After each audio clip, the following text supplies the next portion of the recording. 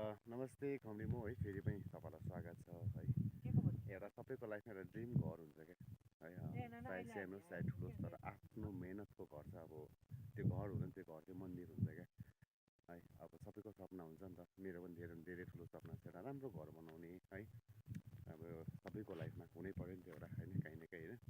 मलाई यति नै खुसी लाग्छ क्या त्यो सब चिज गर्नु पाउँदा होइन। हुन त अब त्यो सब जग्गामा पुग्नु सकेको छुइनँ है, काहीँ न काहीँ कमी छ मेरोमा है, काहीँ न काहीँ कमी छ। त्यही कमी नै खोज्दै नै यहाँसम्म आइपुगेको है, गर्दैछु होइन, मिहिनेत पनि गर्दैछु। मिहिनेत त के गर्नु भन्नु, अब ढुङ्गा माटो गिटी बल्ल बोक्नु परेको छैन, तर त्यो पनि बोकेको योभन्दा अगाडि चाहिँ। तर अहिले फिलहाल जुन चाहिँ आफ्नै गाडी छ है, र त्यही गाडीकै बलबुतामा नै 2 पैसा ल्यायो कमायो है, अलिकति राख्यो, नानीहरू पढाउनु पऱ्यो, घरबार चलाउनु पऱ्यो होइन। सब थोक एउटै गाडीबाट गरिरहेको छु होइन।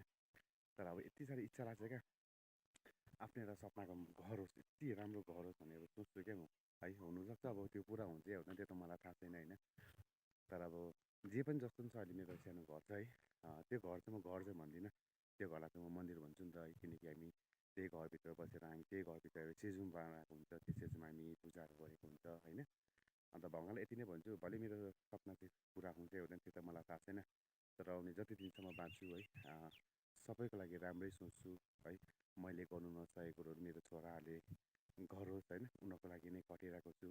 र मेरो जति पनि साथीभाइहरू छ है, जतिजना पनि धेरैजना हुनुहुन्छ नि त, उहाँले पनि त्यो सपना पुरा गर्नको लागि यति बिना खटेको हुन्छ होइन।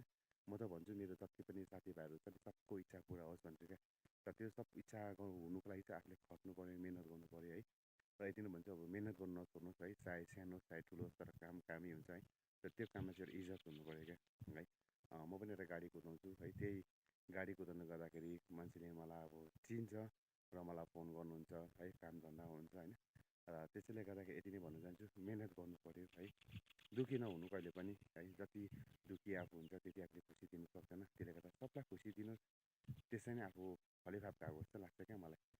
अब यसै कुरोहरू चाहिँ अब फेन्सेल कुरोहरू तपाईँको बिचमा भन्नु मन लाग्छ होइन। थाहा छैन राम्रो भन्छु या नराम्रो भन्छु मलाई थाहा छैन होइन, तर मैले मनमा आएको कुरा तपाईँको बिचमा राखेको मात्रै हो है, माइन्ड नगर्नुहोस् है।